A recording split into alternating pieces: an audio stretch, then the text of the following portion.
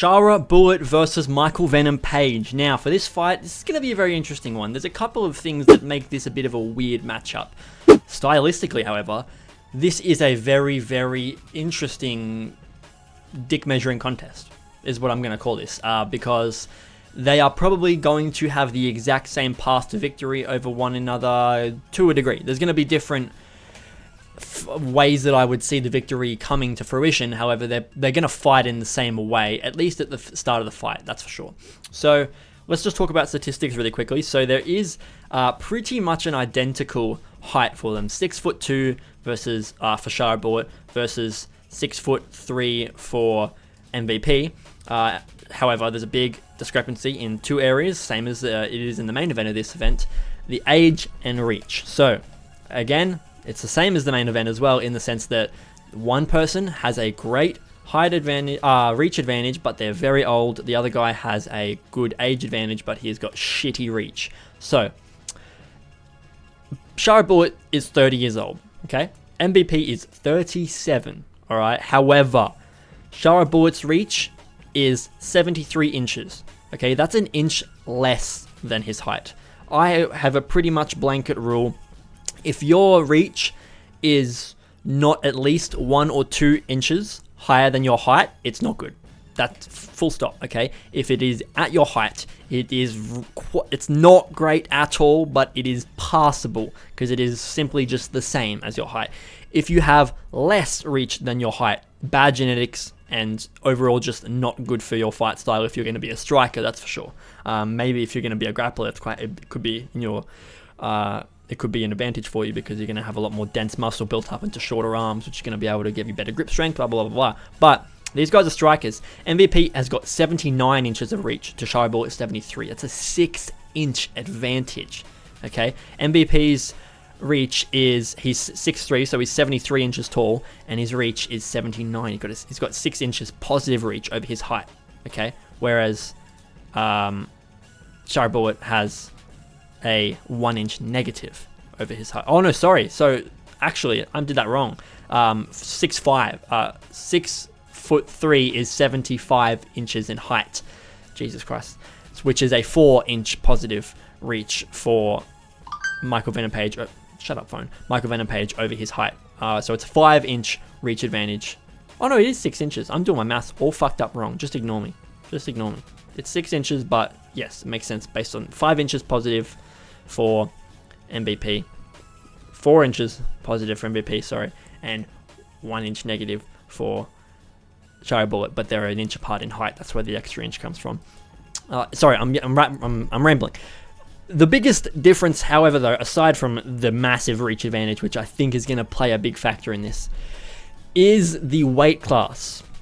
Michael Venom Page is a welterweight. I'm going to look now. I don't know if he's ever fought at middleweight. Certainly not in the UFC. He may have earlier in his career. So he did fight a lot at 175 in Bellator by the looks of it, but he's never fought at 180 even. Oh, there we go. 185 back in 2013.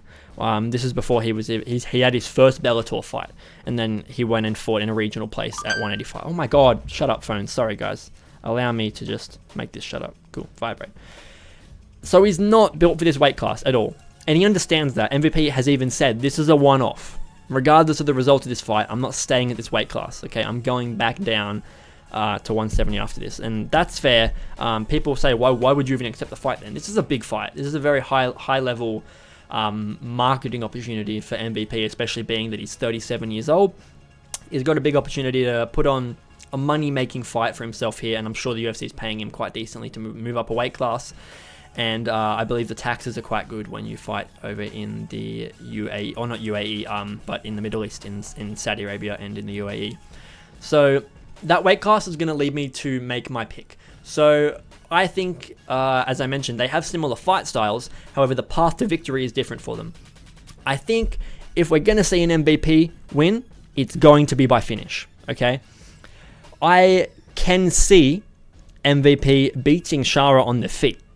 Absolutely. I could see MVP beating Shara on the feet for almost the entire fight.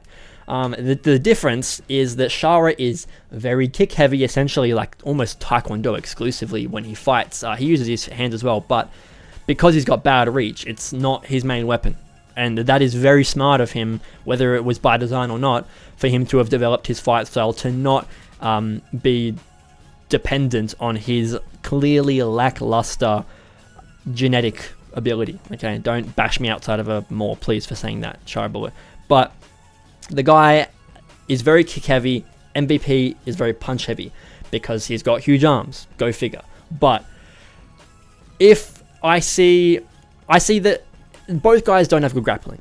Okay, we saw Ian Gary out grapple MVP pretty badly in this fight, in their fight, but Ian Gary also did arguably better grappling Shavkat Rakhmonov in their fight after that. So that's another weird one. I don't know how you can do better against Shavkat Rakhmonov in real grappling than you did against Michael Venom Page. It was kind of the same, like takedowns, getting onto your back, trying to go for submissions, failing. But Shavkat has grappling credentials, if you want to call it that. MVP has none. So for Shavkat to have been somewhat almost submitted by Ian Gary is much more like, what the fuck, compared to MVP, where it's like, yeah, this guy's a kickboxer. I'm surprised he's not getting choked out here. Big difference. Polar opposites, in fact, of reactions to the fan base seeing Ian Gary's grappling against the guys. But we have also seen Shara Bullet be out-grappled by Bruno Silva. Badly. With almost, like, the only difference is that Shara does have the ability to throw up damage from his back, which I didn't really see MVP doing. It was all defense from MVP. Shara will just kind of posture up and try and throw elbows and hammer fists, or sideways hammer fists, or whatever you want to set. Imagine. If you can throw it from your back with your hands, he will try and do it, that's for sure. I don't really think he throws up submissions from memory at all. He didn't try any submissions. He was just in full guard, just willing to try to slice Bruno Silva open a lot. The defining difference there, however, so they're both shit at grappling. The edge would go to Shara having some sense of ground and pound, not ground and pound. Well, yeah, it's anti-ground and pound, damage off your back when in grappling sequences. He has some ability in that, where we haven't seen that from MVP. However, we have seen MVP survive not even much better, actually good grapplers.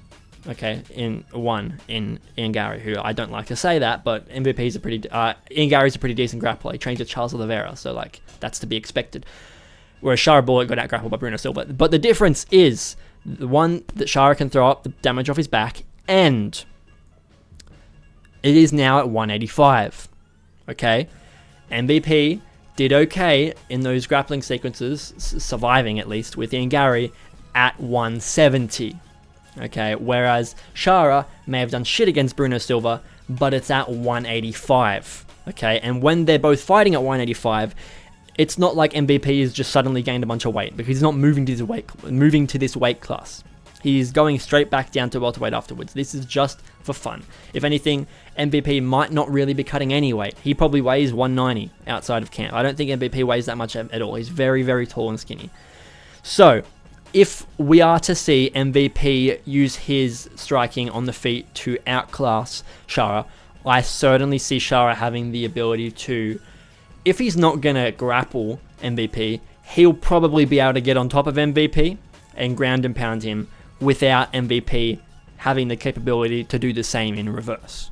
That is what I certainly see. So if MVP is getting pieced up on the feet, he doesn't have a backup plan. If Shara is to be getting pieced up on the feet, which is possible, and he's probably planning for that outcome, he has the ability to use his weight to his advantage and get on top of MVP. Now, so that's what I could see happening if MVP wins the striking. But if MVP is losing the striking, Shara kind of just wins. That's it. MVP will struggle to enforce any level of response. If Shara is just keeping him at distance, landing lots of low kicks, side kicks to the body, maybe spinning back kicks, whatever it's going to be. If he's going to be throwing up attempted head kicks or something like that, I feel like MVP will be somewhat, he'll have somewhat sound defense to that kind of stuff. But if he is exclusively relying on his ability to defend and just not get knocked out, he's going to lose a decision. So I could certainly, I feel like I may have said this. If I said it at the start of my prediction, I apologize because I've flipped on it completely now. If I said that I think MVP can win a decision, I didn't mean that. But I'm pretty sure what I said is that I could see MVP knocking Shara out. But I don't see MVP winning a decision because of what I said about the grappling and stuff like that before. There's backup plans for Shara. There's not backup plans for MVP. But I can also see Shara winning a decision. I could also see Shara getting a finish. That is also a possibility. With the kicks, MVP isn't unfinishable. We've seen him knocked out before. It was, granted, a one-off thing, but he doesn't have an iron chin. He just is really good at not getting hit. I think he may have got clipped by Kevin Holland like once or twice, but as we've seen recently, Kevin doesn't really have that great power anymore, and if he did, MVP does have the ability to kind of roll with shots. So he could do that with Shara. But again, allow me to remind you, this is at 185. Shara has power that is somewhat shit for his division. Not non-existent, but definitely not to the level that you see plenty of middleweight knockouts occurring. Think about what Kayo did to Jared Cannonier. You have not seen even a shade of that from Shara Bullet, but we have seen him whip out awkward techniques, like for example, just a wacky spinning double back fist that knocks out Arman Petrosian. He did drop Anthony Tricoli quite badly with their left hook at the end of their fight. Granted, that took him fucking forever to get to, and it was like ridiculous how little offense Antonio Tricoli was offering.